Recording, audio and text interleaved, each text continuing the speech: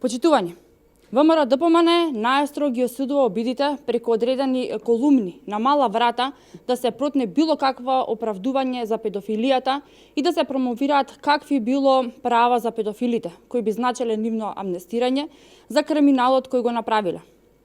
Згрозува тоа што извесен Никола Шиндре, член на така наречената шарена револуција, промовира политика која што треба да се омекнува политиката кон педофилите.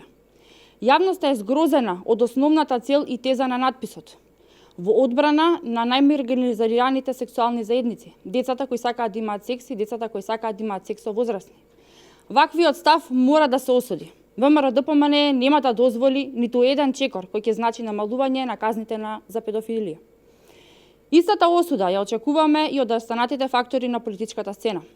За жал, викендов бевме сведоци на отварање на Скопје Прајд викенд 2017, настанан наменет за промовирање на правата на ЛГБТ лицата.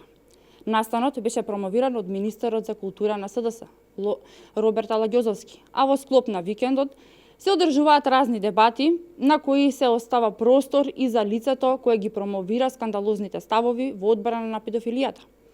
Недозволиво е министер за култура да отвара настани на кои учествуваат и лица кои ја оправдуваат педофилијата.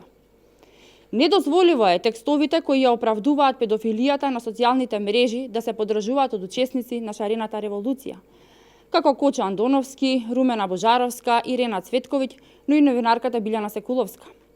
ВМРО-ДПМНЕ силно се спротивставува на обидите да се релативизира педофилијата.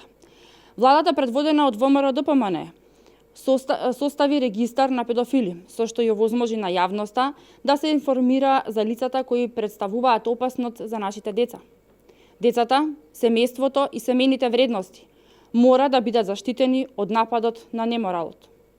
Очекуваме Алагјозовски јавно да ги осуди ваквите ставови и во иднина како министер за култура на Република Македонија да учествува и поддржува настани кои одат во прилог на поголема културна едукација и развој на граѓаните, а не настани на кои како говорници се јавуваат луѓе со искривени морални сваќања. Ви благодарам.